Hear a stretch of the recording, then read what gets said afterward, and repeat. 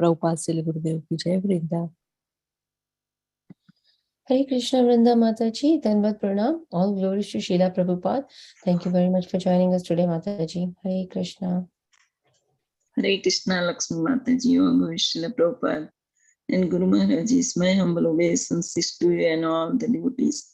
This is Krishna Kumari Devidasi from Radha. Hare Krishna Krishna Kumari Mataji, Danvat Pranam. All glories to Srila Prabhupada. Thank you very much for joining us today, Mataji. Hare Krishna. Hare Krishna Mataji, Danvat Pranam. Please accept my humble obeisances. All glories to Srila Prabhupada and Sri Guru and Gauranga and all the assembled devotees. Yashamati from Chicago. Hare Krishna Yashamati Mataji, Danvat Pranam. All glories to Srila Prabhupada. Thank you so much for joining us today, Mataji. Hare Krishna. Hare Krishna. Lakshmi Mataji, please accept my humble obeisances. All glories to Srila Prabhupada and all the assembled devotees. This is Indulekha Karna Devi Dasi from Lincoln. Hare Krishna Indulekha Mataji, Danvat Pranam. All glories to Srila Prabhupada. Thank you so much for joining us today, Mataji. Hare Krishna.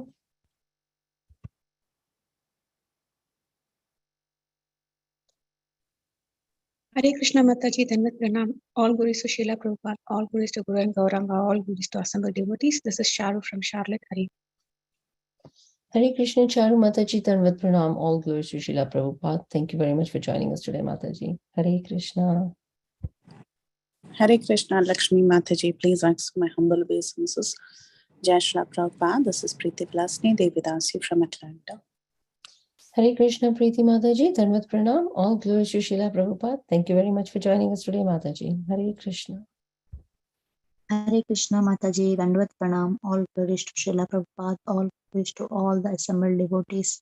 This is Sushmita from Canada. Hare Krishna Sushmita Mataji, Danvat Pranam. All glories to Srila Prabhupada. Thank you very much for joining us today, Mataji. Hare Krishna. Hare Krishna Lakshmi Mataji, Dandavat Pranam. Srila Prabhupada ki jai, Guru Maharaj ki jai. This is Shama Devi Dasi from Charlotte. Hare Krishna Shama Gauri Mataji, Danvat Pranam. All glories to Srila Prabhupada. Thank you very much for joining us today, Mataji. Hare Krishna. Hare Krishna, Danvat Pranam, Srila Prabhupada ki jai, and Danvat Pranam to all the Vaishnava on the call. Nisha from Charlotte. Hare Krishna Mataji, Danvat Pranam. All glories to Srila Prabhupada. Thank you so much for joining us today, Mataji. Hare Krishna. Hare Krishna Mataji, I think Prabhuji had joined. Prabhuji has joined, yeah.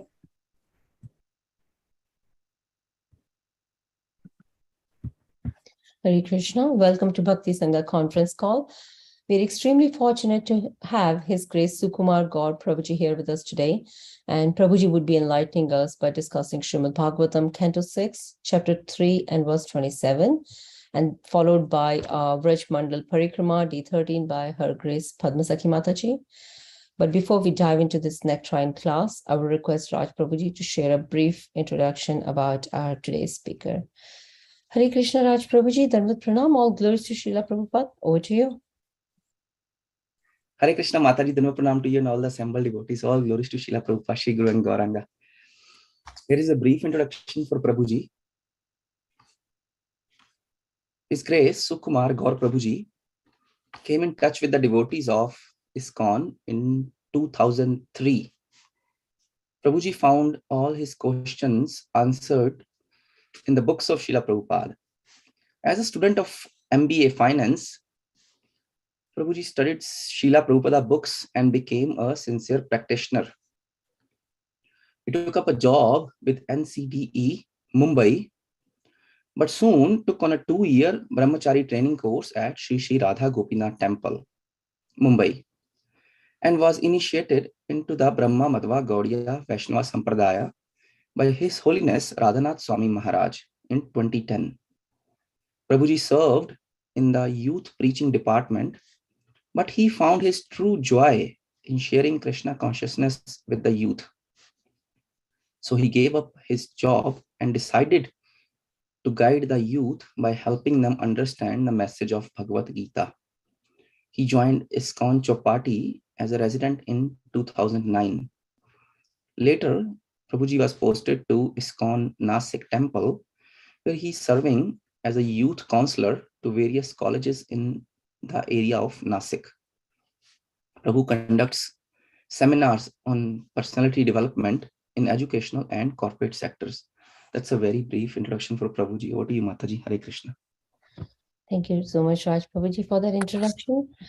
Hare Krishna, Sukumar Gaur Prabhuji, Danvat Pranam, all glories to Hare Srila Krishna. Prabhupada. Thank you very much for your valuable time and association this morning and enlightening us on the topic of Srimad Bhagavatam. Without further ado, I'd like to request you to please take over from here. Hare Krishna. Hare Krishna. Okay. Am I audible, Mataji? Yes, Prabhuji. Okay, thank you. Hare Krishna. So we'll start with the Mangalacharan prayers. Om Ajnanatamrandasya Jnananjana Shalakaya Chakshurunmilitam Yena Tasmai Shri Guruve Namah Shri Chaitanya Manobishtam Stapitam Yena Bhutale Swayam Rupa Kadamayam Dadati Swapadantikam Vandeham Shri Guru Shri Yuta Padakamalan Shri Gurun Vaishnavamscha Shri Rupam Sagrajatam Sahagana Raghunathanvitam Tam Sajivam Sadvaitam Savadutam Parijana Sahitam Krishna Chaitanya Devam Shri Radha Krishna Padan Sahagana Lalita Shri Vishakhanvitamscha Namao Vishnupadaya Krishna Prishtaya Bhutale Shrimate Bhaktivedanta Swami Nitinamine Namaste Saraswate Deve Gauravani Pracharine Nirvishesha Shunyavadi Paschatya Deshatari Jai Shri Krishna Chaitanya Prabhu Nityananda Shri Advaita Gadadhar Shri Vasadi Gaur Bhaktar Hare Krishna Krishna Krishna Hare Hare Hare Ram Hare Krishna. So we welcome all devotees for this morning Srimad Bhagavatam class. Today we'll be reading from 6th canto, chapter 3, text 27. Yeah, the shloka is here.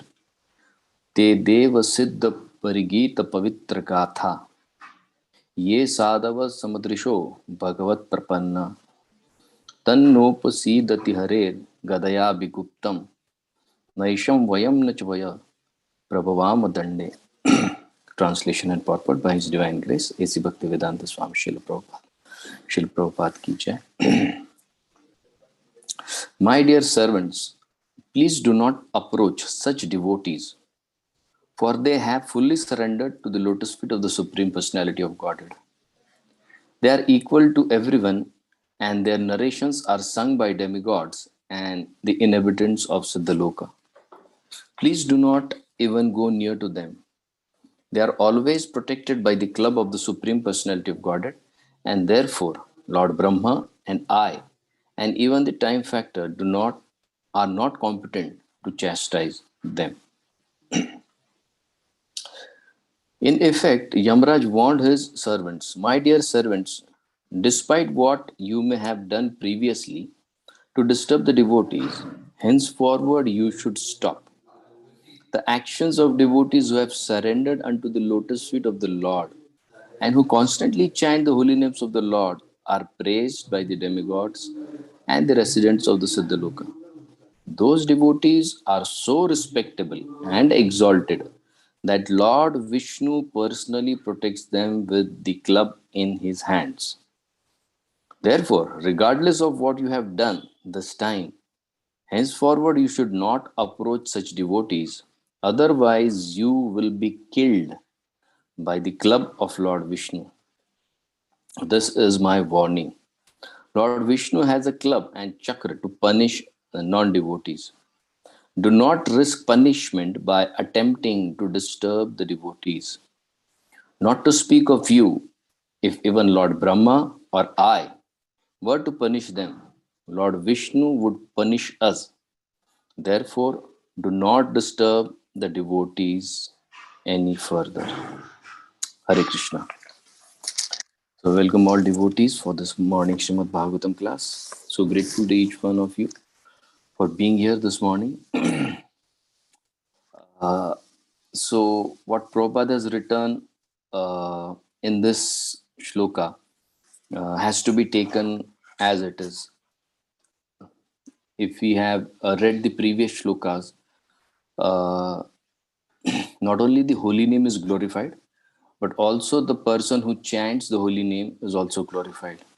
So when Prabhupada is saying here that a person who is constantly chanting the holy names of the Lord is praised even by demigods and the residents of the Siddhalokas, this has to be taken as it is. There is no if and but in this, because it is what Srila Prabhupada has written in his purport. So what Prabhupada is writing is like the Brahma Vakya for all of us. And here, when Prabhupada is writing the second part, regardless of what you have done, you don't do it next time. Otherwise, you will be killed by the club of the Supreme Lord. So even this has to be taken in person for all those who are chanting sincerely, seriously, and without any ulterior motives. The Lord personally protect each and every devotee. So it's not only about Ajamil or the devotees who are mentioned in the Srimad Bhagavatam. It is for each and every sadhaka who is endeavoring to chant constantly. Okay, the Lord personally protects with the club and chakra. This is what Srila Prabhupada is writing. And what to speak of punishing a devotee by the Yamduta, even if Yamaraj himself comes to punish a devotee, and even if Lord Brahma, what to speak both of them, even if Kala personified comes, they will not be able to punish a devotee because he is under the protection of the Supreme Lord. So he's requesting them to not go near the devotees because they are being exclusively protected by the Supreme Lord. So we will be discussing today on two themes. Just like here we have seen the word Prapannam, Bhagavat Prapanna. Bhagavat Prapanna means one who is surrendered to the Supreme Lord. We'll focus on three words of the shloka.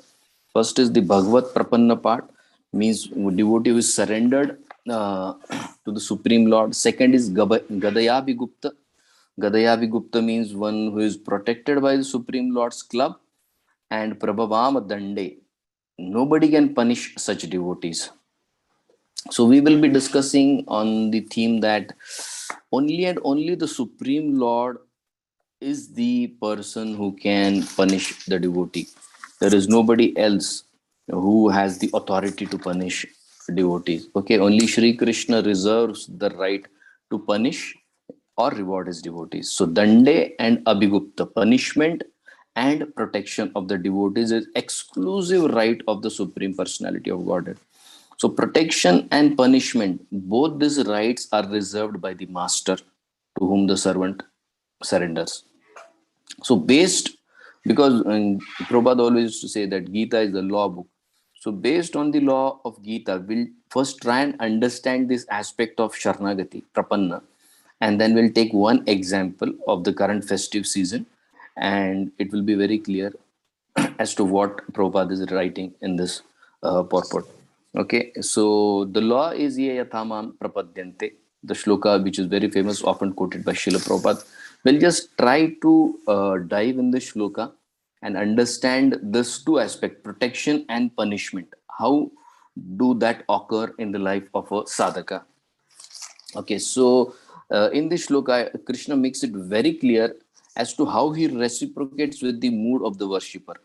As per the approach the worshipper takes, the intensity of love the sadhaka has for Krishna, accordingly, he will be able to realize Krishna as a person or Krishna in various aspects. Okay, so two words this shloka contains. Prapadyante means Sharanagati or surrender, and second, Bhajami means Krishna accordingly gives shelter. Now, this part of shelter has to be very, very properly understood, because even as sadhakas, even as practitioners of bhakti, we have this natural tendency for shelter because we are dependent on Krishna, and that same dependence we are trying to find here in terms of various shelters. Either it is money, either it is spouse, it is kids. Recently we had one case here. Just want to give an example how this tendency is so strong, and if you are not time and again very careful about this one aspect, we may lose that opportunity to go closer to Krishna. There is one senior couple, very senior couple, both are retired, husband wife, and both are initiated devotees. They have a son. And as usual, the story goes, the son is not very favorable for their devotional practices. Neither is he very favorable to the parents. He doesn't take care of the parents, but he's behind their wealth, what they have accumulated over a period of time. And they're very rich devotees, very well to do. They have their own establishment. Now, what happened was while they were and they were in a great turmoil and they were in difficult phase.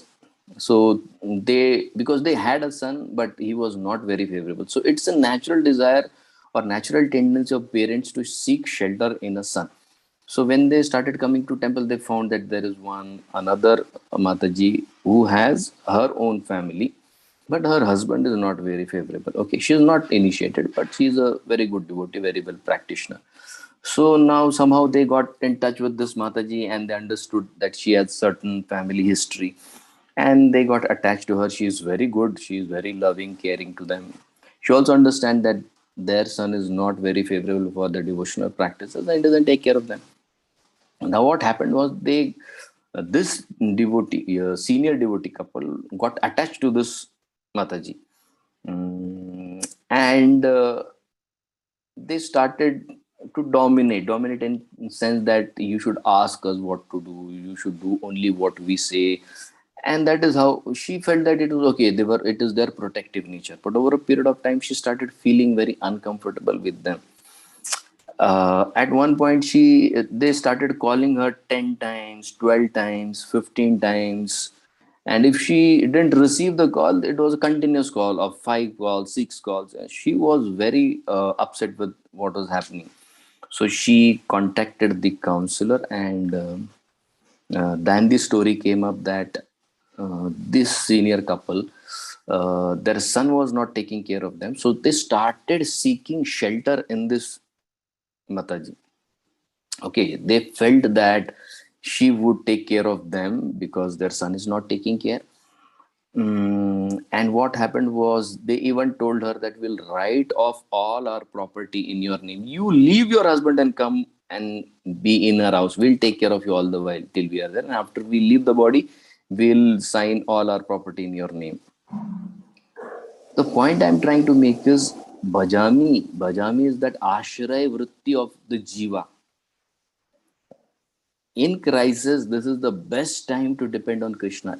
We are not saying that we should not take help or we should not seek support or shelter. But at the same time, Gita suggests that every event should have an aspect called as Sambandha Vichhed. Sambandha Vichhed means we should gradually move away from temporary and move towards the permanent. If that is not happening, then the entire concept of Prapadyante Sharanagati fails. It will be a failure.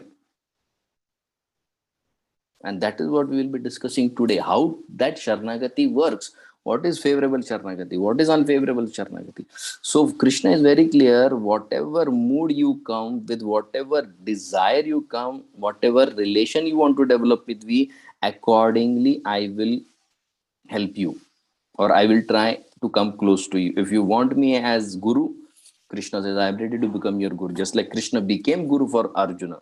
Bhakto si me sakha chiti. He is saying, you were my sakha, but now you are my bhakta, you are my shishya, you are my disciple. And hence I am revealing this knowledge to you. So that relationship has to be very conscious. What relation do we expect from Krishna? And what type, what method? Accordingly, Krishna will reciprocate with us. So more we want Krishna, more Krishna will come. That is what his nature is. Krishna is explaining his nature. So let us not blame Krishna that he is not supporting our devotional practice. No, it is we ourselves are responsible. Because more we want Krishna, more Krishna will come. The lesser we want Krishna, less Krishna will come. Because Krishna doesn't want to interfere in our free will. Okay, so this is the kindness of Krishna on the jiva. If the jiva says we don't want you, Krishna, okay, Krishna says I am off. If jiva says please come again and again, then Krishna comes in the form of devotees. He'll come in the form of holy name. He'll come in the form of katha. He'll come in the form of prasad. He'll come in the form of dham. He'll come in the form of yatra. Every way Krishna will make sure that he's reaching you. So it is up to us, not up to Krishna. So Krishna takes a form, or Krishna remains formless according to the bhava, according to the desire of the jiva. If the devotee says that I want to see you in this form, I want to see you in Varaha form, I want to see you in Narasimha form. Okay, Krishna says, this is my Rupa, this is my Swarupa, this is my deity, you worship it, and I'll reciprocate accordingly. If a non-devotee says, I don't want you, Krishna, still Krishna will come, but he'll come in an invisible form, in the form of time. Kalosmi lokakshayakrita. Krishna will come. It is only and only Krishna. For a devotee as well as for a non-devotee. Krishna will come as Kala. Kalosmi lokakshayakrita. He'll come as form of time, unseen. Time cannot be seen. Mrityu sarvaharascha. He'll come as form of Mrityu. It is Krishna. Krishna will come as form of Vismriti. Matta smritir jnanam apohanam cha. Krishna says, that comes from me. Krishna comes in that form. 15th chapter, Krishna says. Krishna will come in the form of Janma, Mrityu, Jara, Vyadhi. Unseen forms. Accordingly to the mindset, to the desire of the sadhaka, Krishna will come. So the sadhaka has to have that desire first to serve Krishna. Then Krishna will be there to accept that service of the sadhaka. Okay, but ultimate point is direct, indirect, seen, unseen. It has to be with Krishna only, because there is no other person with whom it is to be connected, either direct with Krishna or indirect with Krishna. But the speed of our movement to Krishna is decided by us, not by Krishna. And as we surrender more and more and we give full charge to Krishna, then Krishna decides the speed. Till then, it is the sadhaka who decides the speed of progress towards Krishna. Because everything that is required, the society of the devotees, the elements of the devotional practices, the time, the energy, everything is given by Krishna just to achieve Krishna. So more efforts in Krishna consciousness, more Krishna we will get. Less efforts in Krishna consciousness, less Krishna we will get. It is the sadhaka who has rejected Krishna. Krishna hasn't rejected the sadhaka at any given point of time, because he is there every time as the Paramatma. It is we who have rejected every life after life, that we don't want Krishna, we want something else. Okay, so 4.11, this shloka, you give what you have to me. This is what is Krishna's proposal, and then I will give myself to you. Everything that you have. Bhaktivinoda Thakur, same bhajan, same line is saying, whatever I have, my family, my wealth, everything belongs to you, Krishna. Same principle. That is nothing but Sharanagati principle. Rukmini Devi gave herself to Krishna when she was taken over by Krishna. Krishna gave everything. Sitting on the chariot is saying to Rukmini, look, this is your Sena. Why are you worried? I am there with you. She gave herself completely. She has left her family, she has left her brother, she has left everything behind. Krishna says, in the same way, I'll reciprocate. Okay. So when the jiva surrenders, Krishna absolutely closes down his previous files, his previous faults. Nothing is seen by Krishna. Krishna is the person who always sees the present. He is neither in the past, he is neither in the future. He is now. Whatever mistake that we'll see later, now you have surrendered, I accept you as you are. So Krishna's focus is always on the present of the sadhaka. He is never into the past or never into the future of the sadhaka. So Krishna Sharanagati is Krishna Swikruti. How much have we accepted Krishna? 10%, 20%, 100%. Accordingly, Krishna will reciprocate. It is just like, simple example. Let's try and understand favorable Sharanagati and unfavorable Sharanagati. Okay, just like now in India, we have our winter season starting. So it starting to get colder now. Now, if we have Ganga here, okay, Ganga ji flows in Nasik also. So taking bath in Ganga in winter season and taking bath in Ganga in summer season. In summer season, that cold water is very pleasing, very refreshing. We get a lot of pleasure in bathing in Ganga because it's purifying, plus it's very enhancing, refreshing. But that same Ganga water, when that we are told to take a dip in December season, December month, it's very cold. It's just like you go there, somehow touch the water, get sprinkle some water and get out of it. There is no pleasure. It's forceful. Similarly, Sambandha with Krishna, the Sambandha Gyan with Krishna of a Bhakta and a Bhakta is different.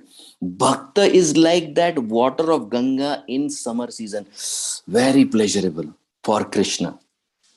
But the Abhakta, there is no Ananda for Krishna. It is just a duty that Krishna has to do. So Krishna accepted the Sharanagati of Shishupal and Kamsa also. But it is like the bathing of a sadhaka in winter season in cold water. On the contrary, the other sadhakas, the Pandavas or the Vrajvasis, it is giving immense pleasure to Krishna. It is like bathing in Ganga. It is purifying plus refreshing in the summer season. So Krishna accepts both Sharanagati. It's not that Krishna accepted one and rejected one. But what is more pleasing to Krishna? That is more important. Okay. So anybody coming to Krishna with Dvesha, Krishna will only focus on his surrender aspect. He will come, Krishna will focus on his coming, not on his shortcomings. Okay. So Ganga Snan in cold, the focus is purification, not discomfort. So that is how Krishna focuses. Somehow he has come to me. Let me get him to me. Somehow let him get me closer to me. That's what. So that is why pleasing relationship is Niswartha Seva. Chaitanya Charitamrita, entire Chaitanya Charitamrita is based on this concept of Niswartha Seva. There is no desire for Nija Sukha. Wherever there is Nija Sukha, then there is Karma Bandhan. And where there is Niswartha Seva, there is only and only enhancement, upgradation of level of pleasure. Why? Because Krishna by nature is Niswartha. So Niswartha Seva is what I expect, what will I get, and this is the entire trap. Please understand this. Why there is fear for a sadhaka? Because the sadhaka thinks, I want this. Will Krishna give me this? This is my plan and Krishna's plan is here. The gap between my plan and Krishna plan creates that fear in the sadhaka. Dhruva left home. He had his own plan. I want to become rich. His guru came. His plans were here. They didn't match initially. That is why he said, if you can help me, please help me. Otherwise, leave my way. That's what exactly happens when there is Nija Sukha and there is Para Sukha. And the entire Gaudiya Siddhanta is based on not a Nija Sukha. It is based on Para Sukha. So this concept of Niswartha Seva, serving others or serving Krishna and his devotees, gives immense pleasure to Krishna. And once we take this example, it will be very clear. Okay, so Mama Vartmanu Vartante Manushya Partha Sarvasha. Krishna is saying Manushya Sarvasha. All the humans, Mama Vartma Anuvartante, they are searching only and only and only for me in some form or the other. This is very clear. It is only Krishna who can come and help the Jiva, nobody else. In some form or other, Krishna will indirectly or directly come. So we have our own plans, our attachments to the people and things of this world. And why there is dissatisfaction in that relationship? Because the person or the thing in whom we are searching happiness in himself is incomplete. When two incomplete people come, how can there be happiness? There can never be happiness. So the example that I gave of the senior devotee couple, exactly this is what is happening with the Jiva. Every time when he fails in a relationship or in a pleasure-seeking adventure in this material world, he thinks that Krishna may not be able to provide me that kind of pleasure. And that's the trap. That is where Maya doesn't allow the Jiva to take full shelter of Krishna. Whenever a relationship fails, we have to be very cautious. Yes, this is the time now to exit. There are two things when a relationship fails. Okay. One is forgiveness and another is trusting. You need to forgive because that's the need of the relationship. But the other part for the personal security is trust. You may never trust that person again. He has to pay to win the trust again. Okay, so relationship here always will be dissatisfying, just like the senior couple had with their son, and they started seeking that shelter in somebody else to feel protected, to feel loved, to feel cared, to feel nourished. We need this, but at what cost? Not at the cost of one more birth, one more family. No, no, no, that's not the cost we are going to pay again. And when we start taking shelter in this kind of things, it's nothing but a new plan for a new life in this material world. So when there is shelter, the object of shelter has to be changed. Then things will start fructifying. Then the scene will be different. Any relationship which is based on personal agenda is sure to fail. When relationships are satisfying and fulfilling, when there is absolute no expectation, there is no nijasuk, a mother and a child. Mother feeds the child, she doesn't expect, and she gets more pleasure than the child. A flower and a honeybee, when the honeybee sits on the flower enjoys more giving than the honeybee. I heard a very wonderful example. The point was, why doesn't Krishna reciprocate with his devotees? Okay, so they give the same example of a flower and a honeybee. Have you ever seen a honeybee sitting and trying to suck honey from the flower? It will never directly sit on the flower. Okay, the flower is here, the honeybee, when it starts to understand that there is a lot of honey here, then the honeybee will just keep moving around the flower. At times it goes high, it comes low, it comes high, it goes low. Why? Because it is glorifying the flower. Oh, what a smell, what a beauty, what a fragrance, what a honey. It is glorifying, going up, and at times it forgets that there is honey. It is glorifying the flower. And then it understands, oh, I have to get the honey. It comes down. Again, it is continuously buzzing around the flower. They were saying similarly, a sadhaka has to continuously be buzzing about Krishna. And when that flower is satisfied, it allows unlimited, whatever amount of honey it has. If the flower is so selfless in giving, once it is satisfied, won't Krishna give the sadhaka what he desires?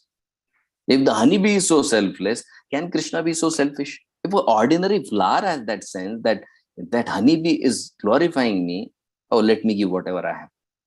Won't Krishna give to the sadhaka what he needs? Okay, so why Krishna doesn't show up? Because that broad range of too much of expectations from Krishna. I want this, I want this, I want this, I want this.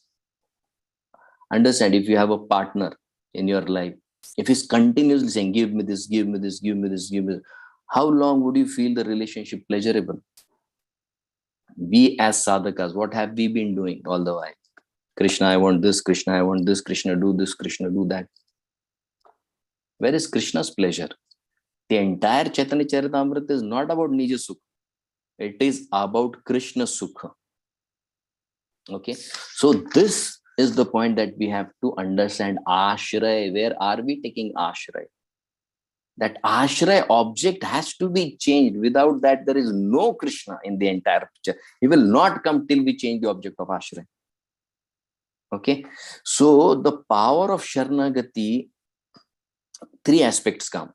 There is Nishchintata, there is Nirbhayata, and there is Ashoka.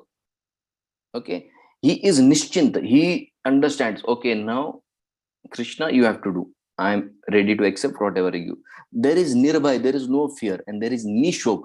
There is no shok, there is no lamentation. Oh, this happened or that happened. No. Okay, so that is what is shelter. This is a famous pastime we have heard so many times. Prabhupada was having his morning walk on a beach and they saw a crab. Prabhupada told Brahmanand Prabhu, catch that crab. And the crab ran so fast and he entered the sea. And Prabhupada was laughing and laughing. Why? Because he was so huge. Brahmanand Prabhu was so huge and he couldn't catch a small crab. Then Prabhupada asked, why didn't you catch the crab? So he said, Prabhupada, he ran inside. Prabhupada said, no, he took shelter of that sea and the sea protected him. That is the power of Nishchintata, Nirbhayata, Nishokata that is given by surrender. Okay. So in Sharanagati, you have to make only one thing sure. Just follow one principle. What is that? Go according to the plan of the Sharanya, the person who has given shelter. Arjuna and Yudhishthir Maharaj. Yudhishthir Maharaj was told, speak a lie. He didn't speak. Initially, Arjuna was told, kill Karna. In the end of the war, he was told to kill Karna. He was hesitant. He said, how can I kill? He doesn't have weapon. His chariot is stuck. Krishna said, do it. When you follow the plan of the Sharanya, then the Sharanya takes charge of everything that follows. Okay. So here Krishna is saying, I am easily available. But if you take shelter, complete shelter of me, then I can give you everything that you want. That is my duty. Okay. Karmanam siddhim kankshanta. But people don't do that. And what they do, they go to the demigods, and that what exactly spoiling the game. Okay. Now to the second part and the last part of the session. Now we have taken two words, Dande and Abhigupta. Okay, Dande is punishment and Abhigupta is the protection. The person to whom we have surrendered is called Sharanya. Okay, the Sharanya has two aspects, protection and punishment. The master reserves these two rights. Once we surrender, then he has that right. When person surrenders, he has given both the rights of protection and punishment to that person. It's his duty now. Now let's take the very classical example of Indra and Govardhan Leela and Indra. Okay, same Indra. Govardhan is also a mountain. We know this famous story. There was a time when the mountains became proud of their power, and they started settling anywhere and everywhere and started killing cities and towns and forests. They were proud of their power. Okay, they had feathers. They used to move anywhere because they thought that they are powerful and they can harm anybody. They became proud of their power. The same Indra took his same thunderbolt and he chopped off all the mountains' feathers. He broke their feathers. He stopped their harmful movement. He subdued their pride based on the strength to move from place to place. Indra and his thunderbolt, in this case, worked very well. Why? Because that strength was used as service for the humanity. Okay, case one. Let's take another case. There is one more mountain here. Famous mountain, Giriraj Govardhan. Indra has that same thunderbolt. Indra is the same person. He is doing the same activity, rather a more harsh or more strong or more powerful activity than the other mountains had to face. But in the previous case, the mountain's pride was broken. But here, Indra's pride is broken. Why? Because that power is used for personal agenda. Exact reverse effect is seen. Girirajji had to go through such difficult times in terms of that thunderbolt, in terms of that rain and pillars of ice that were falling in forms of one drop. We have heard so many times. But how was he able to sustain that? Sharanya. He was constantly being nourished by the little finger of Krishna, point one. Second, he was absorbed in Krishna Seva. Third, he was nourished by Krishna's love. Because of this, he was all the time, 7 days, 7 nights, able to withstand such tough situation presented by Indra. Such tough situation that Indra felt, but Giriraj didn't fall. Two more cases, let's take. And why Krishna is, I'll explain this through examples. Two more very prominent cases from 10th canto. We have Brahman Patnis and we have Naga Patnis.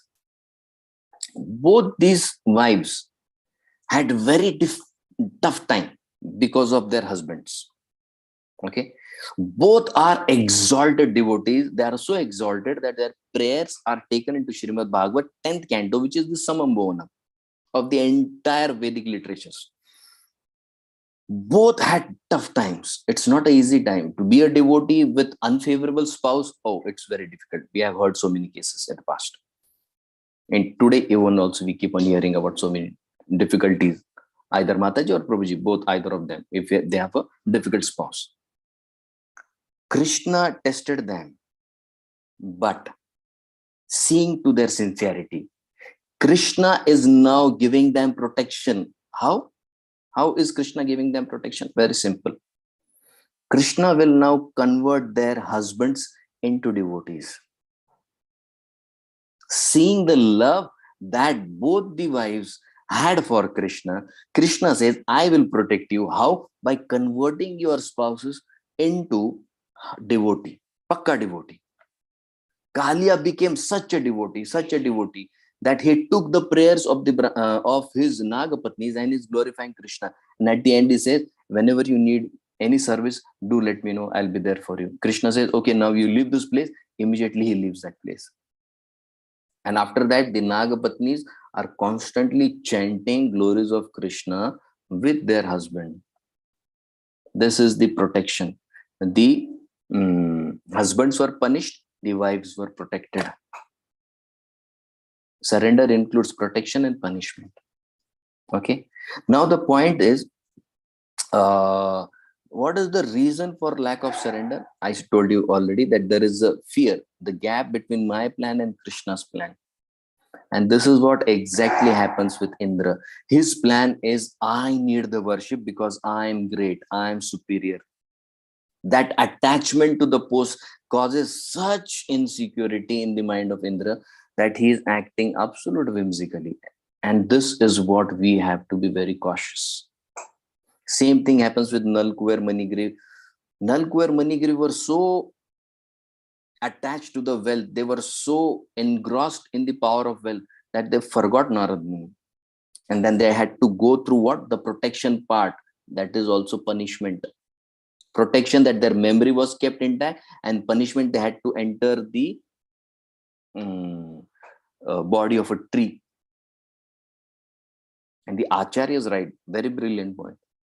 When Nal, Kuver and Manigriv broke the tree, when they broke the tree, they were so effulgent, that none of the demigods seemed so effulgent before them. Why? Because they had become completely pure. There was absolute no impurity left in them. The desire to enjoy matter was absolutely destroyed because of the intense sadhana that they have performed over such a long time. The Acharya said they became so effulgent, the entire directions were dazzling with the effulgence of Nalkuver and Manigriv. Why? Now their plan and Krishna's plan have become one. So there is no fear. And they beg Krishna that let us go back to our homes. Now somebody would say, you have seen Krishna. Why do you want to go back to your house? They say, allow us to preach what we have seen when we were there in Nanda Maharaj's house. Let us go back and preach. We'll tell the residents of the Swargaloka what we have seen. And Krishna blesses them. Okay, you go back and you preach my glories, and this will be your last life. You'll come back to me after this. This is what surrender includes, protection and punishment. But we need to have faith in Krishna's plan so that we can align with Krishna's plan. For Vrajvasis, it was very difficult. If you read Prabhupada's purports, for Vrajvasi, it is not one go. Okay, Krishna said, and there is a cancellation of Indra Puja. No, Nanda Maharaj says, my little talkative boy. Now, why did Nanda Maharaj say this when Krishna told him that let's not do Indra Puja and let's do Govardhan Puja? Nanda Maharaj wanted to get rid of this. Okay, we will do, but not now. First Indra Puja. Nanda Maharaj tried his best. So ultimately, Krishna is telling Nanda Maharaj, what do you want? Why do you want to do Indra Puja? Rain. And by rain, what are you going to get? Grass. Grass is 24/7 for 12 months. Every single day is available on Govardhan. So let's not worship Indra, let's worship Govardhan. And he gives two philosophies, Karma Kanda philosophy, just to prove his point. Still nobody is convinced. Can you imagine? Still nobody is convinced. At the end, Krishna has to say, do it because I want, I like it. Nanda Maharaj says, you should have told this first, we would have done it. They say, cancel the entire. Then Krishna, look at what Krishna is doing. Nanda Maharaj says, okay, let's do one thing. We have a lot of ingredient. So Krishna, is it okay if we use this for Indra's worship because it's already cooked for Indra? We will cook another feast for Govardhan. Krishna says, no, I want this feast for Govardhan. Why is Krishna doing all this? Very simple. Krishna's agenda is very clear. Purpose of Krishna is very clear. Protection of Rajvasis and punishment for Indra. And in that punishment, even there is protection of Indra. Okay. So what is that? More punishment, more Krishna is trying to irritate Indra. And by the way, Indra is not there. His agents are hearing all the conversation and there is a constant relay going on. They immediately go and tell Indra, this is happening. More Nanda Maharaj has been requested not to worship Indra and worship more of Govardhan. Indra is getting more angry. Why more angry? Krishna is very clear. More the anger in Indra, more the deadlier attack will be. Krishna is very clear. So don't think that Krishna didn't know what is going to come. Krishna is very well prepared of what is going to happen. And he is saying that I am ready to deal with any damn thing. Let me protect Indra from the pride. So more the anger of Indra, more deadlier the attack. More deadlier the attack, more desperation will be there in the Vrajvasis to take shelter, Sharanagati. And more they take shelter in me, more. Now this is what Krishna is thinking. More scope is there for Krishna to serve his devotees and enhance their joy and pleasure. Only one thought in Krishna's mind. My devotees, my service to my devotees. Nothing else. Nothing else is there in Krishna's mind. That is why 4.14, Krishna is very clear. Krishna says, I am doing nothing for my pleasure. Namam karmani limpanti, name karma phale suraha. There is no karma phala ichha. I am doing it as a service to my devotees. Ras Leela is service to the gopis. Going with the cowherd boys is service to the cowherd devotees. Stealing butter is service to the Vrajvasi ladies. Service, service, service. Selfless service. To enhance the joy of devotees. That is what Krishna is thinking 24/7. And what is the mood of the devotees? They are also very clear. They are also very sharp. Why is Girirajji, who himself is Krishna, who himself is Bhagwan, wants to serve Krishna? Chaitanya Charitamrita makes it very clear. Das Abhima. More service, more pleasure. That is the law.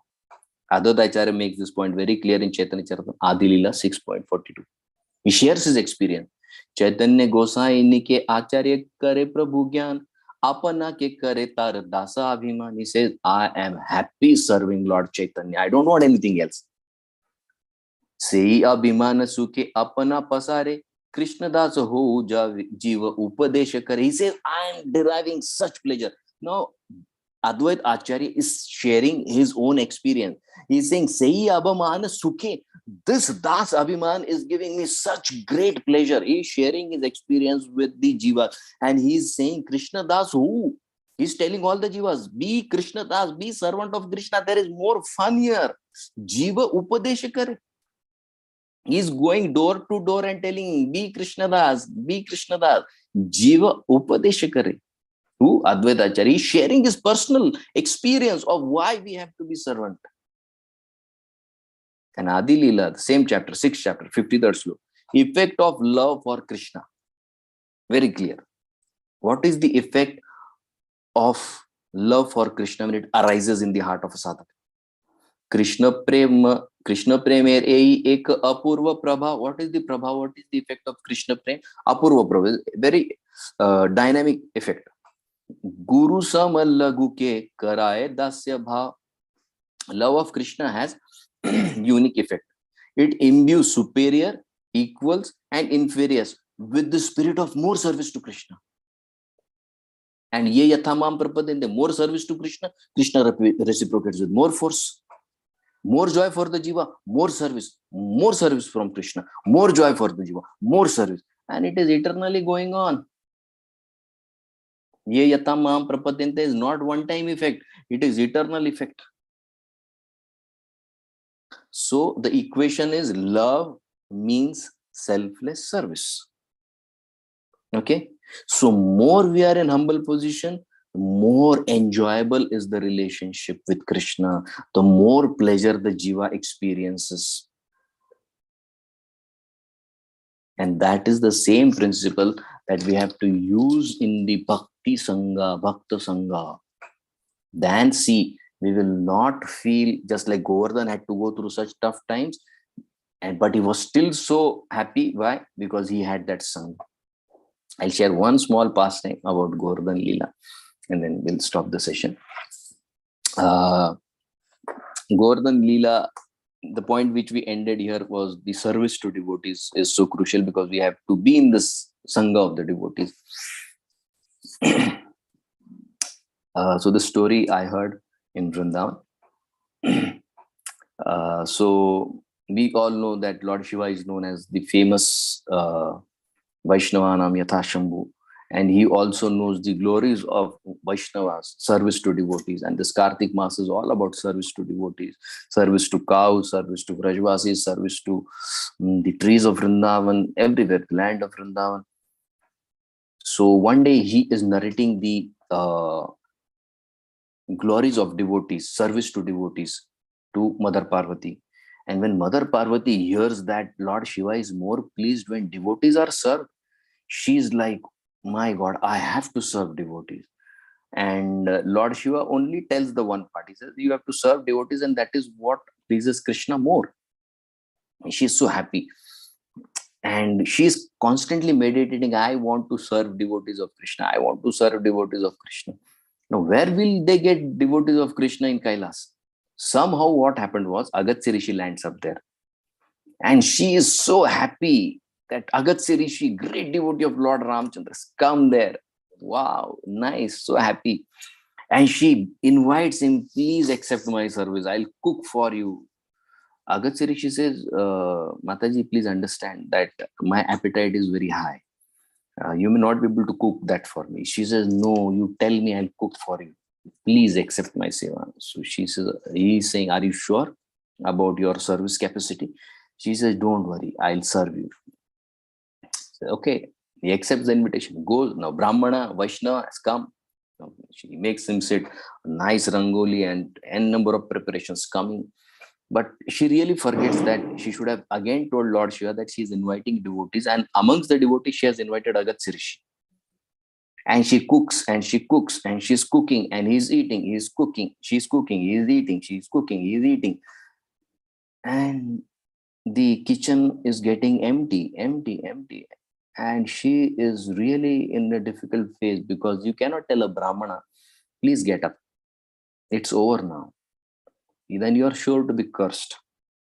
Because Brahmana means he's a Bhojana Priya guy. Okay, you cannot tell a Brahmana, please, it's over now. Sorry, no, we can't serve you. No. And in that, it is Agatsi Rishi. Okay, he eats somebody and he will not even burp. She is in great anxiety, and immediately she remembers intensely praying to Lord Shiva, please help, I can't handle this situation. And Lord Shiva comes there and he says, who told you to call him? She said, you described the glories of devotees. I called him so that I could serve and get his blessing. You ask me before you do. You did the same thing once in time of Ganeshji.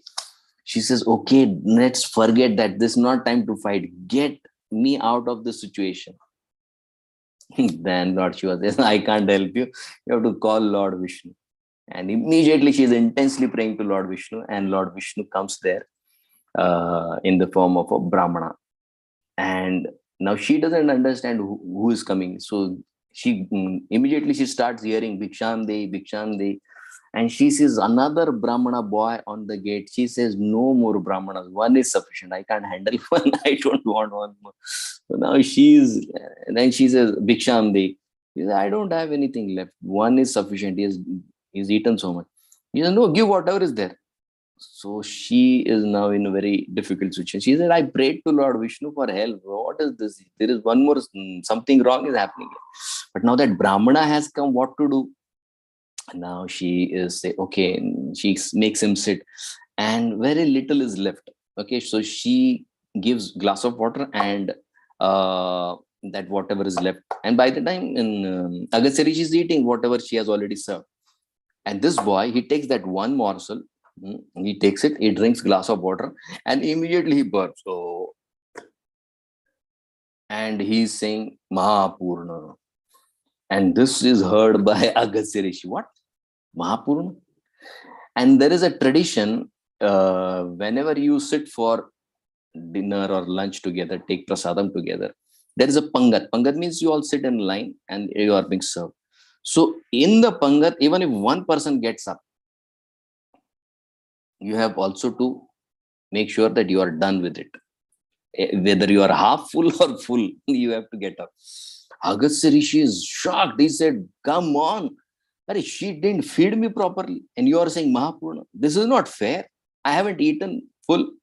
I'm still to complete my quota. Forget food. I haven't drunk water.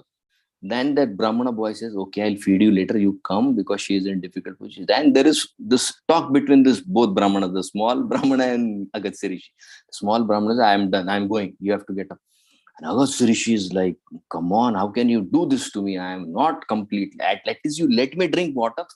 Then that boy takes Agastya Rishi out, and that Brahmana boy says, don't worry, I will feed you water. You come next time, then I'll feed you a lot of water. And who is that boy? That boy is none other than Lord Krishna. And he invites Agastya Rishi where? To this Govardhan Leela. When there is huge quantity of water flowing, then Lord Krishna calls Agastya Rishi and he says, stand at that corner. All the water that will flow from Govardhan, you drink all that water and be satisfied. And that is how the thirst of Agastya Rishi is satisfied by Lord Krishna in Govardhan Leela. Okay, so Krishna protected also, and Krishna at times corrected also Agastya Rishi that, okay, when you shouldn't put somebody in such great troublesome situation. So that protection was also there, that punishment was also there. And that is how Krishna corrects each and every sadhaka time and again, just to make sure that the sadhaka stays connected with Krishna. Okay, thank you all very much for kind attention. Hare Krishna. If there are any discrepancies, kindly forgive me for my shortcomings. Hare Krishna. Hare Krishna, Prabhu. Dhanva pranam to you. All goes to Srila Prabhupada. Very beautiful class, Prabhu. So many points. So many points, Prabhu. I love the point of honey bee you talked about. And I love the pastime of Srila Prabhupada with the crab going into the sea. And this is how he took shelter of the sea. Right. And nice points from Canto 10, Prabhu, for Kaliya, Nagpatnis and wives of Brahmanas blessed. You talked nicely and shows how Krishna in just one Leela does so many beautiful pastimes. He gives teaching to Indra, who was puffed up. He teased his family by speaking even karma mimamsa, philosophy and whatnot.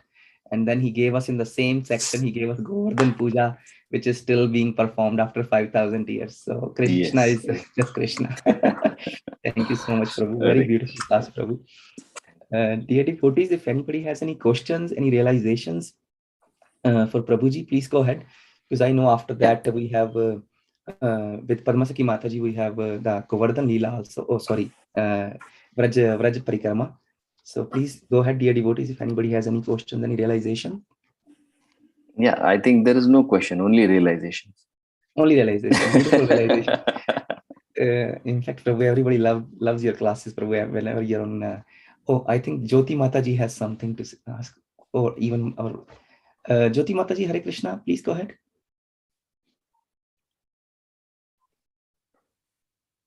Hare Krishna. Dhanvat Pranam, Prabhuji. Could you Hare please Krishna. take the question of Prahlad? Question Okay, of Mataji. There is Prahlada Anand Prabhu, so she is giving opportunity to our senior devotee. Okay. That is very nice. Thank you, Mataji. Thank you very much, Mataji. And thank you very much, everyone. Probably. Danvat Pranam. Just I got a little, realization when we were talking about taking shelter of Lord Krishna. It's a very nice sloka which says, Devarsi Bhutatman Runam Pitrunam Nakinkara Nayam Naruni Charajan Sarvatmanaya Gatamukundam Parisuttu Kartam. So that's such a beautiful sloka about Saranagati, how we take Lord Krishna. Lord Krishna protects us in every way, just like we protect our children in every way, like that. So this was such a nice, class, and it encourages us to totally surrender to Sri Prabhupada and Lord Sri Krishna. Thank you very much for giving us such encouragement, Prabhu. That's it, Prabhu. Thank you, Dandat Pranam, Prabhu. Thank you, Prahlada Prabhu. Very true, very beautiful class by Prabhu. Please go ahead now, Jyoti Mataji. Hare Krishna. Krishna. Hare Krishna, Dandavat Pranam Prabhuji. Yes, Mata. I was listening on YouTube, and my question to you is, after listening to your session, is it true that we have to develop, or we should have spiritual desires, and we should pray for the spiritual desires to be fulfilled by our acharyas, by our spiritual master, or our gurus, even a different Shiksha Guru from where we hear about it, so to grasp their qualities or enhance our skills to preach? Means, my question to you is, how when we suppose a new person like me goes and preach, and the front person is not ready to accept it at the first, so, and I am in the hurry that I have to start from the holy name itself. I don't want to get into it, because I know, I'm convinced that my mind is polluted, and it will be polluted 100%. So there has to be desire. Shall I cultivate such desires or prayers, so that the holy name, while preaching, everything starts from holy name? That's what I have understood from your teachings today. So please guide me on this. Yeah, that desire to go closer to Krishna is a very wonderful desire. An entire set of actions that we are performing in Krishna Bhakti is to go closer to Krishna. So if there are spiritual desires to get pure and preach about Krishna, they're always welcomed by Krishna and the acharyas.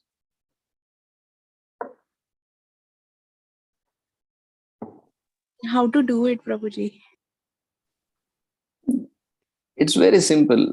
Just see, Krishna Bhakti is nothing, it's so natural for a jiva. How do you talk to your father? It's the same way that you tell Krishna, okay, I have this desire, I want to do this for you, but I don't feel that I'm qualified, I lack the skill set. It's just as you talk with a family person. So bhakti is what, I heard a very nice definition in Vrindavan. What is bhakti? They said, bhakti means, suppose if you have a family of 5 people, 5 people on their 5 birthdays, you get them clothes, you get them gifts. Similarly, do that for Krishna. He is the 6th person in your house. For 5 people, there are 5 rooms. So have one more room or a small corner for that 6th person. All that you are doing for the family members, start doing that for Krishna. That is bhakti. It's so simple. So just like you speak to your father about your desires, speak to Krishna. So that is the prayer, you mean? Yeah, that's the prayer. Can you just give me some details? Say, if I want to preach and I have to start from a holy name, this is my desire, then how I'm supposed to pray? I have to just say it. There has to be some intensity. What prayers I give is not up to a mark, right? My desire is very high and it's spiritual. I don't know how to approach, because he's a Lord, he's Bhagwan. I'm convinced with that. So yeah, if you approach please guide Krishna me. as Bhagwan, then he will reciprocate as Bhagwan. If you approach him as Sakha, he will approach you as a friend. If you approach him as Mata Pita, he will approach you as a child. So first that relation comes into picture. How you want to approach Krishna. Just like Krishna has changed his role. Bhaktosi mein sakha cheti. He is saying, as a friend, I cannot disclose all the confidentialities. You have to have a proper position. You have to have a proper sambandha. That sambandha is you become a sakha. You become a bhakta, not a sakha. Okay? Because that knowledge has to flow. In friendship, there is that seriousness is not there, but when you become a disciple, that seriousness automatically creeps in. So first you have to decide what is your relationship with Krishna, or what are you expecting Krishna to be in your life. Then rest of the things become very natural and things will flow. But that is not authenticate now, because say if I have a relation, if I approach Lord as my friend and I share, then if I have a desire and if I convey that this is how my desire is, this relationship is not authenticate, means as per parampara and the teachings and the knowledge that Bhagavatam is giving day by day, the pure devotee comes on the dais. So I think that this is crap thought, because it's not pure. So the desire will not be fulfilled, because my chanting is also not at the level, right? So you don't need to chant. How was Ajamil's chanting when the Vishnu Dutas came? Was it very pure? Offenseless. At least he was offenseless. Yeah, he was offenseless. But what purpose the Acharyas are giving? That one Naam Abhas brought the Vishnu Dutas. And when Ajamil was chanting Narayan Narayan previously, Lord was constantly hearing. This is what Vishwanath Chakravarti Thakur writes in the commentary. Every name that you are taking, Krishna is watching. And when that one holy name, which Ajamil took at the end, Lord Vishnu says, immediately go down and get him back. Okay. So intensity is there. That is one part. But even if a person is generally chanting, Krishna takes that also seriously. Your desire to chant purely is really great. And on the other side, chanting is one part and desire is one part. Okay. Chanting is exclusively to give pleasure to Krishna. We don't desire anything out of that chanting. But you have a desire to serve Krishna. That is also another wonderful part. And if you don't have that strength, you tell Krishna that I have this desire and I want to serve you in a certain way, and leave it to Krishna to take a call whether he wants to fulfill that desire or he doesn't want to fulfill that desire. That is Krishna's prerogative, because Krishna knows which service is beneficial and which service is not beneficial. What he likes and what he dislikes is his part. That is not our part. Okay. Ji Prabhuji, thank you so much. I got the point. Hare Krishna. Thank you, Mataji. Happy Diwali to you. Thank you, Mataji. Thank you so much. Thank you so much, Prabhu. Very beautiful answer, Prabhu. Very beautiful answer. Also, Srila Rupa Goswami says in Nectar of Instructions that your senses are engaged in bodily demands, and when you engage the same senses in Krishna's order, that is bhakti. That is so beautiful. Thank you, Prabhu. Prabhu, there are so many beautiful messages from Lalita Mataji, Dinabandhu Prabhu. They're all. Oh, yes. That is the success of my class. They love your classes, Prabhu. And Nikunja Leela Mataji, Roshni Mataji, and our very senior Her Grace Preeti Vilasini Mataji. Everybody is loving. Oh, we keep on hearing her classes. If Mataji is there, then yes, we are very grateful to her for her wonderful CC classes. Yes. Yes. Thank you, Prabhu. Thank you so much for giving your time, yes. Prabhu. Hare Krishna. Hare Krishna, Prabhuji. Dandavat pranam Augusta Srila Prabhupada. Yes, Mataji. Thank you so much, Prabhuji. Very beautiful Govardhan Leela, Thank you so much. Tomorrow is Govardhan. All credits goes to our Grace Shama Gauri Mataji. So she is the one who keeps following all credits to you, Prabhuji. Thank you so much. Very nice. Hare Krishna. Thank you. Hare Krishna. Thank you again, Prabhu, for your time and for your services to the nation, Prabhu. Thank you for coming on the call and enlightening all of us, Prabhu. Dear devotees, let us pay our obeisances to Prabhuji वाञ्छाकल्पतरुभ्यश्च च कृपा सिन्धुभ्यैव पतितानां पावनेभ्यो वैष्णवेभ्यो नमो नमः। ग्रंथराज श्रीमद् भागवतम की जय। शीला प्रभुपाद जी की जय। His Grace सुकुमार प्रभु जी की जय।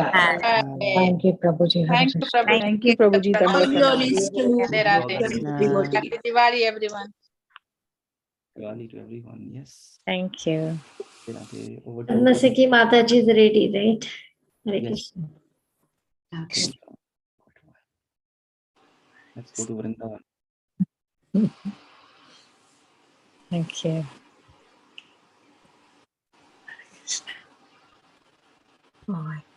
Hare Krishna, everyone. Thank you all so much for staying back. Happy Diwali.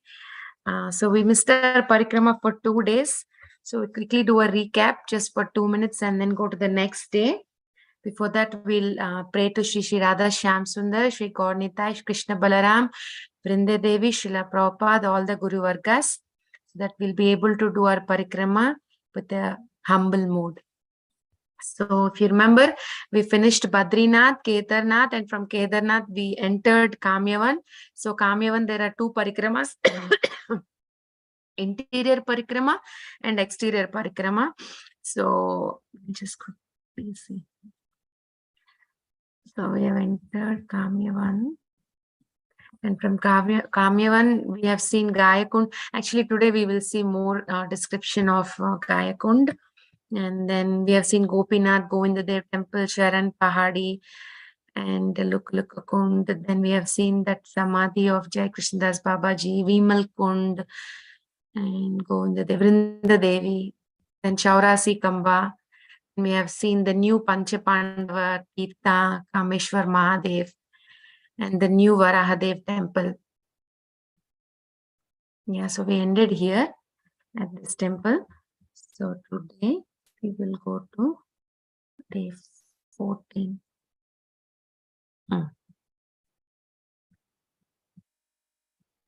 So we are going to Kamyavan's exterior parikrama. So I forgot to show the deity of Vimla Devi at Vimla Kund. So this is the deity. As discussed, around Bhimal Kund or Vimal Kund, there are so many temples, small temples. So this is one of that. And then this is the old Panchapandava temple. The one we have seen is the new one, but side to that, we'll have the old ones, where you have Arjun, Yudhishthir, Bhima, and Kunti Maharani. And then we have seen at Bhimal Kund the pastimes of Durvasa Muni. And also Duryodhan was humiliated here, because Duryodhan, what he wanted, he thought, okay, now Pandavas are not having any weapons, so he was planning a plot against them. Then Indra will come to know, and because Arjuna was a son of Indra, what will he do? He wanted to protect the Pandavas, and he will send his assistant called Chitra. Who is that same? Chitragupta. Not the Yamaraj is Chitragupta, but Indra's assistant is also Chitragupta. Then he will come. That is when the pastime where he ties, Duryodhan has been tied, and Pandavas will come to know, and Yudhishthir Maharaj will say, we might have so many differences, but when it is for outsiders, we are all together. We are 105. So Duryodhan is humiliated because he wanted to trouble Pandavas, but he got in trouble, and he took the help of Pandavas to get out of this. So he was humiliated here at Bhimal Kund, and Jayadratha also kidnapped Draupadi at Kamyavan. That pastime also happened because Pandavas stayed here for some time. Then we know Jayadratha was he's the husband of Kaurava's sister, Dushyala, I think her name. Yeah, Dushyala's husband. But he wanted to marry Draupadi. He went for Swayamvar also, but he didn't win. That's why he was little envious, jealous. And when he sees Draupadi alone in Kamyavan forest, then he kidnaps her. That is when who was this? There was one sage who sees all this happening, and he will inform the Pandavas. Then they will kind of. Bhima was very, very angry, and Bhima wanted to kill him. But Yudhishthir Maharaj will say, no, we will not do that. And then they will make him bald. they'll shave his head. So that was the punishment given to him. So that also happened in Kamyavan. Kamyavan is like full of so many pastimes. And then while we are going, we'll see Yashoda Kund, because even Krishna, they also stayed here. We have seen Chaurasi Kamba, where Nanda Maharaj used to sit. So Krishna was here. Then there is Yashoda Kund, where Yashoda Maharani used to take her bath. So there is Yashoda Kund, and this deity is there. And in Kamyavan, we know Banke Bihari temple is in Vrindavan. So here also in Kamyavan, there is Banke Bihari temple in Bharatpur. So basically now we are in Rajasthan. As discussed, when we go to Vrindavan, we will also touch Rajasthan. So this is the temple at Bharatpur. Banke Bihari is there. If you remember, we have seen the story of that Nagaji Baba, whose jatas, his hair got stuck, like tangled in the thorns, and Radha Krishna comes and helps him. So it is said that this deity is given to him. This is a self-manifested deity and a very old deity, which was given to him by the lordships. So there is a big, nice, beautiful temple that is constructed. I have also not been to this temple. I recently came to know about this. So if anybody is going next time, please, if you want to go, please visit this temple when you go to Kamyavan. So this is the temple, and these are the deities. And then very, very interesting place in Kamyavan, we have, they say so many birthplaces of Hanuman, like Hampi, etc. I think Hampi is one of that, but according to Rajbhakti Vilas, this place is called Kapivan, and Hanuman was born here. It says that, and this place is called Kapivan, but Anjani, the mother of Hanuman, she did her austerities for 7,000 years. There was Anjani Kund and the cave that she meditated also, but that cave is no more there because what did they do? They did some construction works, and that got demolished. And here, if we go, we will see the knees of Hanuman. I'll show you. See? 2 knees of Hanuman on a rock when he was playing. And also it is said that Hanuman's, he used to play with a small mountain, and that also used to be there. And there is this temple here. And here there are waterfalls. It is said that the waterfalls the water, they don't know, like it just keeps coming automatically, and it is there throughout. And they don't know where from the water is coming. And this water, they say, is very, very sweet. So this place Anjani is also there. I have also not been to this place. I recently came to know about this place, that Anjani is there in Kamyavan. And then this fort is believed to be a palace one time. Ancestors of Pandavas used to live here in this fort. That's also in Kamyavan. This is the temple in Kamyavan, Anjani. And then we have Varaha Kund. It said that this is called as Parvatavan also, and it said that this is the place where Varahadev actually appeared, and Lord Varaha entered the Patal Lok also from this one, like to lift the Mother Earth from here. And these are the deities. Radha Krishna deities are here. So Varaha Kund is also there. It is called as Parvatavan. And as we discussed, there is Ashoka Vatika. We have seen yesterday, day before yesterday, the pastime where Krishna also builds a bridge and claims that he was the son of Dasharath in his previous life. So Rameshwaram temple, this is also there here in Kamyavan. And then as we enter more into the exterior parikrama, you are seeing this is Kaman town. We have seen all the interior parikrama. You'll see Prabodhananda Saraswati Thakur's Kutir, Surabhi Kund, Alavat village, Vyomasura Gufa. Vyomasura Gufa is a very important place in this exterior parikrama. So Surabhi Kund, the specialty of this kund is around that there are 12 guards. If you know that every month there is one presiding deity, like February they say is Achyuta as a presiding deity. Govinda is presiding deity of which month? I forgot. But February is the presiding deity of February. Why? Because my son is born in February, and everybody was saying, why don't you name him Achyut? Because Achyuta is the presiding deity of February.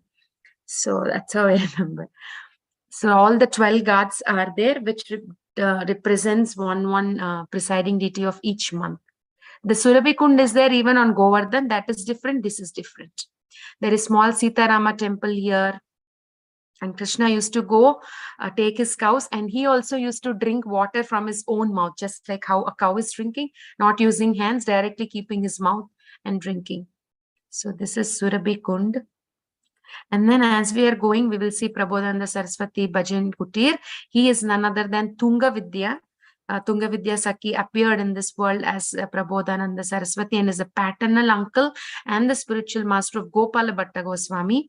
And Gopala Bhatta Goswami is a very famous Goswami, and one of his Shaligram Shilas self-manifested to Radha Raman deity. Radha Raman is most of our favorite. We call him as, like many call him as Lala, because he's so small. Those who have visited Radha Raman temple in Vrindavan, very, very small. And actually it is said Radha Raman, if you see Radha Raman, is exactly like the real Krishna in Golok Vrindavan. He has all the three deities, Madan Mohan, Govinda Dev and Gopinath, because Madan Mohan's feet is like Krishna. Gopinath from chest to navel is like Krishna, and Govinda Dev's face is like Krishna. Mother Uttara conforms to Vajranab. So all these three deities are there in Radha Raman. Very, very beautiful deity and very mercifully, so small. If you stand far, we cannot even see very clearly. So Gopal Bhatta Goswami is the spiritual master of Prabodhananda Saraswati Thakur, and actually, he was Tunga Vidya, right? So it's said that Tunga Vidya was most learned in all scriptures. That's why Prabodhananda Saraswati wrote so many books, and he has come as it's mentioned in, like, he came to glorify Gauranga. Actually, he appeared as sorry. So he appeared initially as Sri Vaishnav in Sri Rangam.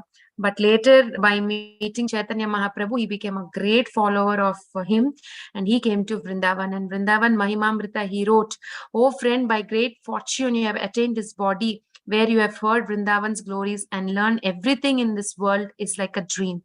Don't put your faith in mind and body. Run to Vrindavan," he writes. And he also writes in Vrindavan Mahimamrita that, "Oh brother, when you close your eyes in death, where will your loving wife, children, brothers, relatives, and friends be? Where will your good qualities be? Where will your pride, wealth, education, control over others, and other powers and opulences be? O learned and intelligent friend, why do you not renounce these temporary things and run to Vrindavan?" He wrote that. Loknath Goswami, Loknath Maharaj mentions in his Vrajamandal Parikrama book these two particular things. Like, so I just copied and pasted. And his books are Sangita Madhav, Navadvip Sataka, Chaitanya Chandamrita, Radha Rasa Sudhanidhi. He wrote beautiful poems, and that's why he's named as Saraswati. And as such, Tunga Vidya is very learned. So when she came as Prabodhananda Saraswati, she gave lots and lots of nice books to us. And we will be seeing Tunga Vidyas, because next we'll go to Barsana, and around Barsana are all the gopis villages. So we will see that tomorrow, her village as well. And then when we are entering, we'll come to Pinchalan. It's called Pinchalini Shila. So if you're seeing here, His Grace Dinabandhu Prabhu is doing that slide. So Krishna and Balaram and all the cowherd boys used to do this. If you remember, we also used to do that in childhood. If there is any mountain kind, just sliding. So this is that place when we go, very beautiful, very soft, and then you just very suitable for sliding. Krishna used to do that here. And then we go to Vyomasura Gupa. So Vyomasura's cave, if you know, we know the Vyoma means sky, and Asura. So Asura who can fly. And he came, like we know that pastime where he was kidnapping all the cowherd boys one after the other. He comes and he takes one cowherd boy and he flies all the way. So they were playing on Govardhan, and he came all the way from Govardhan till here. Actually, he kidnapped the boys and he kept them in this cave, and the boys were waiting for Krishna to come and help, and then Krishna comes. Actually, Vyomasura in his previous life was a king in Varanasi. I think his name was Brahmavarta. Yes. So what happened? He was a great devotee of the Lord, and later he renounced everything, and he went to, like, in his renounced order, I think he went to some forest. I forgot where he went, but he renounces and he leaves the palace. He will go. But what happened? He became little proud of his bhakti.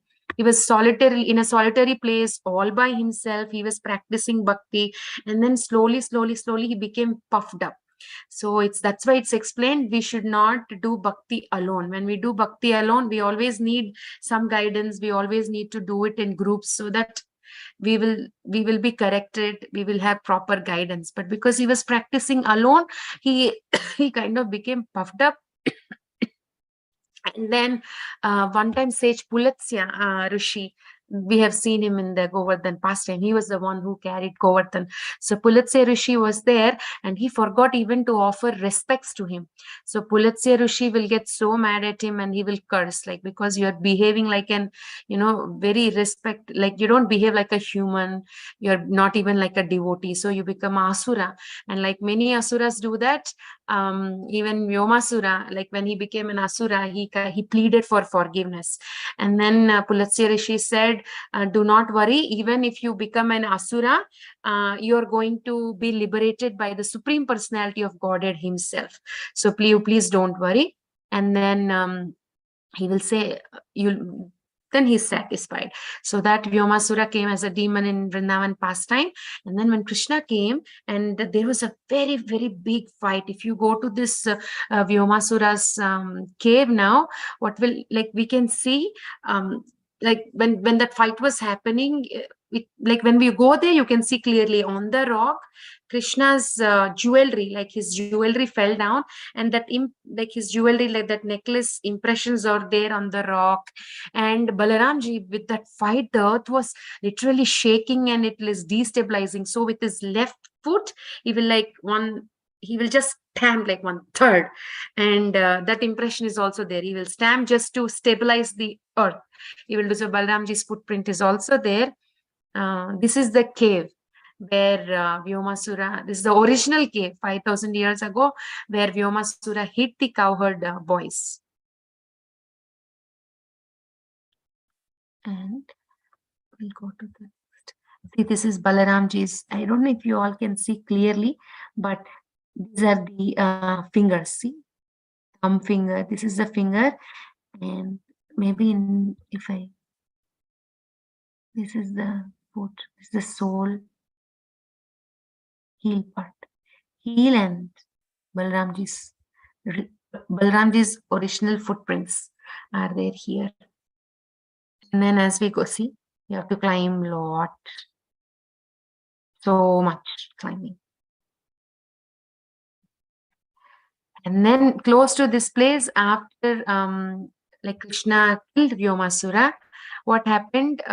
Actually, I think I can have the picture. Maybe tomorrow I'll show the picture of Krishna's necklace on the stone. So what happens? Close to this, there is a very, very must visiting place where very nice place. There is one Maya there, two ladies staying there, and they explain this pastime. This place is called Bojana Sthali or Bojana Thali. And when we go there, definitely it's a practice that we take some food items. And Loknath Maharaj even explains in that book, like at this place, when there are celebrations, they cook a lot, like kachori, puri, halwa, khichdi, pakodas, so many sweets, kheer, so much. Like I forgot the list. I think last year we have seen the list, but so many items are prepared here. So what happened was Krishna and Balaram actually comes to this place after Vyomasura's pastime. They were very hungry also.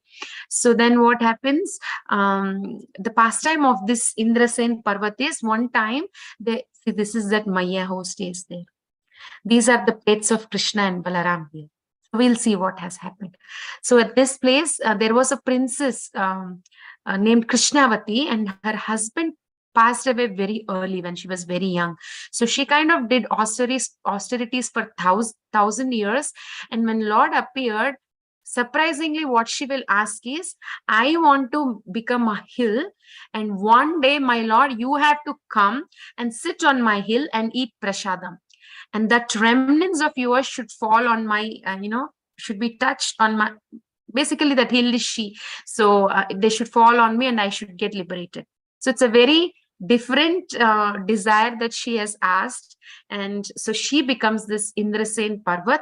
And Krishna, after the Vyomasura's pastime with the cowherd boys and Balaram, they'll come here, they will sit here and eat prasadam. So these are Krishna and Balaram's bowls that they used. They're there even till date. And these are said that these are Krishna and Balaram's plates. This Maya explains when we go there. And one time His Holiness, like His Grace Dinabandhu Prabhu was explaining that when they went, I said this is a practice that Anita Mataji raised her hand. Yes, Mataji, you wanted to ask something? Yes, Mataji. Mataji, you are saying that it is plates. Is it on that hill itself, or how it is, Mataji? On the hill, Mataji. Carved on the hill. When you go to Bhojana Sthali, you will see all this. Okay.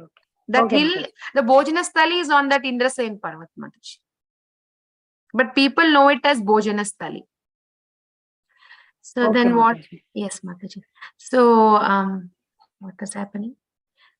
I lost my thought process. Okay, so Indrasena Parvat. Yeah, they'll eat here. Yeah, one time what happened, I said that they take some for offering, they'll take, it's our wish to take whatever we want, we'll take. So there were some Americans who just got fruits, and there were some Bengalis who went the same time, and they took a lot of food items. So this Maya was saying to His Grace Dinabandhu Prabhu that, oh, Gori log, like they just brought only fruits and like very simple food, but these Bengalis got a lot of offerings. So that Prabhuji was explaining. So it's a practice to take. So if at all you're going next time, please take something for offering, because this was a eating place of Krishna and Balaram. And after that, we'll go to a small kund. When we come down of Vyomasura Gufa, very close by, we'll have a kund called Ksheerasagara Kund. So this is the place where it's like two things is said, where Balaramji spilled his sweet rice while eating, and it said that that sweet rice, that there used to be white line down, but now it's not there anymore. That white rice, that line sweet rice, white color, but it's not there anymore. And one time what happened, Balaramji will be walking and it is very, very hot, and he will look at his own shadow at this kund, and looking at him, somehow like he starts stuttering, and he gets like, he goes into an ecstatic mood and he will start stuttering. He was not able to talk properly, and Krishna will be thinking like, what's happening, maybe my brother is behaving like this because of too much of heat. And Krishna immediately make sure that the sun, like basically the heat is gone, and the kund also disappears, because Krishna was not understanding what is happening. He's looking at his shadow and is behaving like this. So that also happened at this Ksheerasagara Kund. And then there is one more Ksheerasagara Kund at Bauji, that is different, and this is different. And then as we are walking, now as I said, we are going to Barsana next. So as we are walking, we will come to a place called Kanvara. So this is the place where Kanva Rishi also stayed, and it is said that Krishna also got his ears pierced at this place. And when we say Krishna's ears got pierced, so there's one beautiful pastime like Kirjor Gopinath Diti. The princess, the queen there, she had a desire, like she will be thinking, like Krishna is decorated with lot of jewelry, but what about his earrings? Maybe, we should have the ear piercing for that statue, because Kirjor Gopinath basically is a statue self-manifested with the stone and statue, it's very hard for piercing the ears.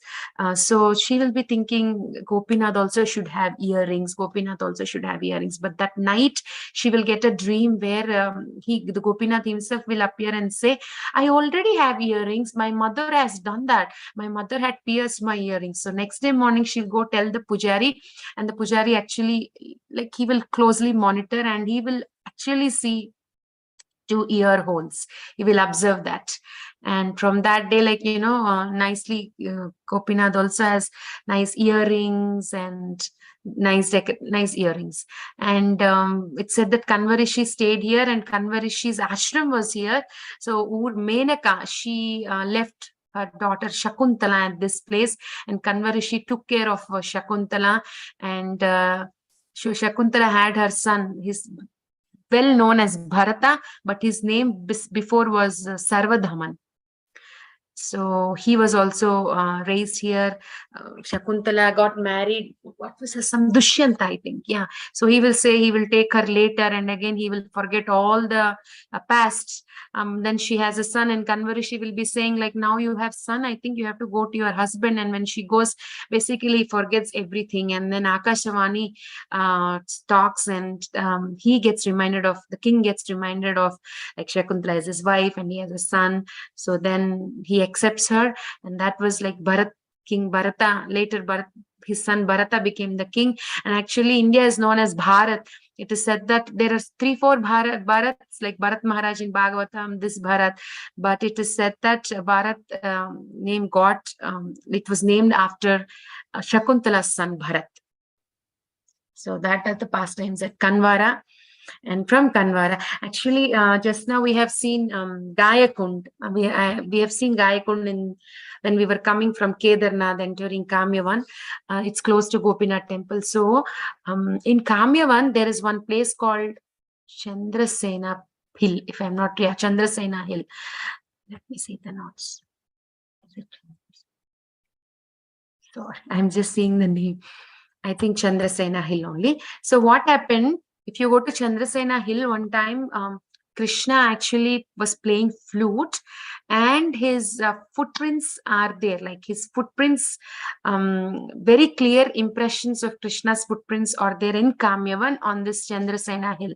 So what is the correlation is, in Gayakund, as we discussed, original Gayakund is in Bihar and also in Andhra Pradesh. What happened?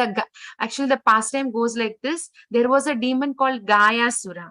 And Vishnu, like, he was in Satya Yuga, and he was worshipping Vishnu because he wanted to be immortal, like any other, most of the demons would do. And then when Gayasura wanted to become immortal, Vishnu will appear. And Vishnu will say that, okay, I cannot grant you immortal, but you will not be killed by, you will be killed either by me or Brahma or Vishnu. Only 3 of us can do this, and nobody else can kill you. So nothing can harm you. So he will be little satisfied. And then Gayasura started becoming very, very proud of himself, and he started creating a big havoc. And he became so puffed up that he tied Vishnu himself to a tree. And then all the demigods were coming and asking Vishnu for help, like, Gayasura is doing a lot of havoc, you have to do something. And Lord Vishnu will say, I cannot do anything, I myself got tied. And then Gayasura will on time come to Vishnu, and Vishnu will say, oh, Gayasura, looks like you became very powerful. Like, when I was powerful, you gave me boon. And when I am, like, now, when you are powerful, you should also fulfill my desire. So then Gayasura will get so puffed up, like, oh, Vishnu is asking me, Vishnu is glorifying me. And then he will say, okay, ask what you want. And then Vishnu will say, you become a stone, a statue. And then Gayasura will think, oh my God, I got tricked. And then when he becomes a statue, and he will say, my Lord, immediately there was a transformation, and he will say, you will always fulfill the desires of your devotees. So I have, for your devotees, you will fulfill.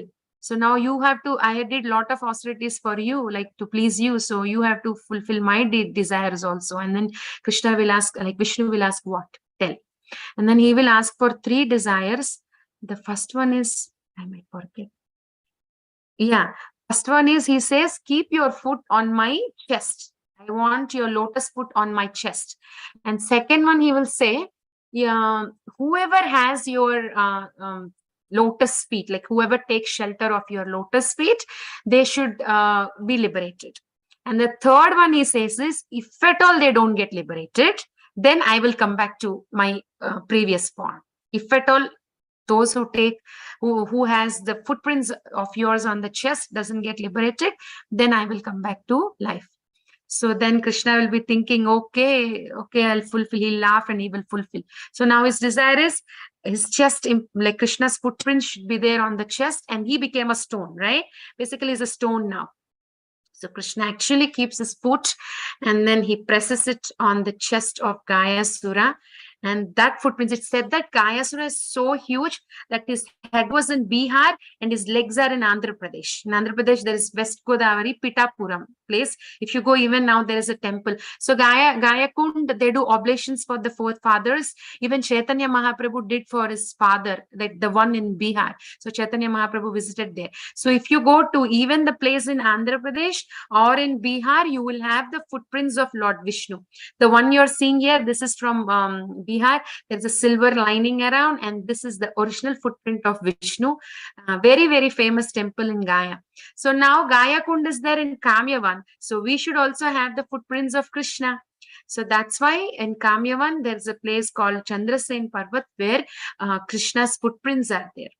His Holiness Indradyumna Maharaj explains, and he said very soon he will be going to that place and do a parikrama. So maybe he will show us a video at Gaya Kund and the footprints of Vishnu. So that is also there. So Gayasura's temple, we can visit. Those who are from Andhra Pradesh can go there, to like Bihar if it's close. Actually, Nanda Maharaj also wanted to go to this place called Gayakund in Bihar. But Krishna, as many times we have seen, Mansi Ganga, when they wanted to go to Ganges, he said it is in Vrindavan, don't go. And when they wanted to go to Badrinath, Kedarnath, he said there it's like Adi Badri is there, and he took. So now also he will say, Baba, why do you want to go to Gaya all the way to Bihar? Gaya Kund is right here. So just, we can go here. And then there's a pastime where all the Vrajavasis will go to the Gaya Kund here in Kamyavan, and they will do the oblations to their forefathers. And it's explained that this, because Krishna's footprints are here, their Vishnu's footprints are here, but original personality of Godhead, Krishna's footprints are here. So this Gaya Kund is much, much, much more powerful and potent than the one in Bihar and in Andhra Pradesh. So that is why I was telling in Kamyavan. And today's last place that we will see is actually there's a big pastime where Arjuna also becomes Arjuniya Gopi in Kamyavan. So many pastimes. So maybe we will see that next year. And when we are going, there's a place called Atora. Now, when we are going to Barsana, what happened was Krishna and the cowherd boys, they all were playing. They all play, like they play. And but that this place, Atora, they played for 24 hours. Non-stop. And when we do something that we like, time goes very fast. And when we do, actually yesterday, for some reason, we were just seeing a small documentary of juvenile prison. My son wanted to make a project work. So we were looking at that documentary. And then the kids were saying, this little kids, for small reasons, for stealing or pushing a friend, they're punished and they're kept in the juvenile prison. And the kids, when they were interviewed, they were saying that they get reminded of their home, and days go so slow because they're just sitting there. So when we do something we don't like, days just go very slowly. We feel like, when will this hour pass away? But when we like something, time just goes like that. So in this autogram, because they kept on playing, they didn't realize the time just went. It was 24 hours and they were not worried. But obviously the parents get so worried when the kids don't come back, and everybody in Vrindavan were like coming on the top of the roof looking for the boys. Nobody was coming. And then Yashoda Maya got so worried, like what happened to Krishna, what happened to Krishna? And but like any parent, and then Nanda Maharaj, he will arrange two groups of gopas, like you go this side, you go that side, and then the gopas will find the boys here. And then Nanda Maharaj will understand, because the gopas were happy here, so he understood maybe they found Krishna. And then when they go, when Krishna sees Nanda Maharaj, he will ask, Baba, why did you come here?